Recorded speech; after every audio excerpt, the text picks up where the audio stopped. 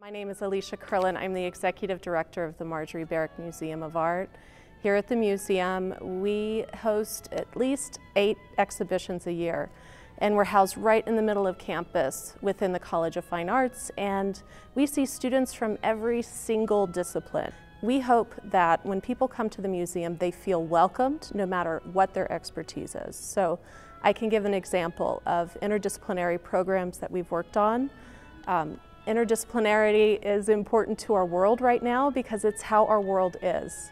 Being an expert in one subject isn't the goal. We want big idea, cross-disciplinary thinking that overlaps, right? Our shows have touched on history. Our shows have touched on science.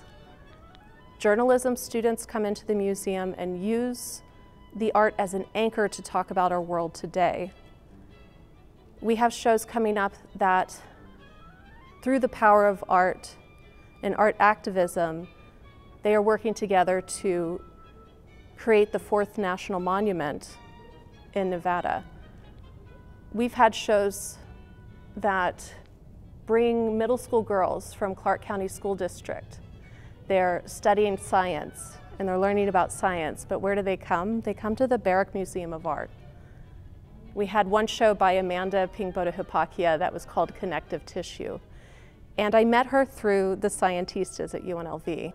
It's very common for art to be aligned and intersecting with the sciences, with math, with technology, but there's always more. With the Barrick Museum being the only art museum in Las Vegas in a free space, we're very welcoming to all ages and all disciplines. Once we had an opera in here. The students picked artwork to use as an anchor for an opera, and it sounded beautifully. I met a student from Clark County School District. He was a senior, and he was studying clay. He came through the museum, and we had a show called Preservation, and it talked a little bit about the environment.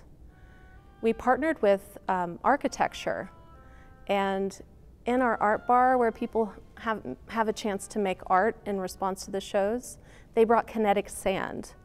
The student was able to run their fingers through the sand and change the shape, say, of a large-scale sculpture, of the landscape of a mountain. And we talked to him about how that is a different way of looking at sculpture. The student who was studying clay in high school ultimately ended up studying landscape architecture at UNLV. One of my favorite parts of my job is bringing students and people together to learn about multiple things through art. We've partnered with world languages, English 101, dance, music, theater. All of these disciplines come together and might learn about myth. The students, say, who have never choreographed something are then collaborating with dancers, viewing art, and it's amazing to see what they come up with.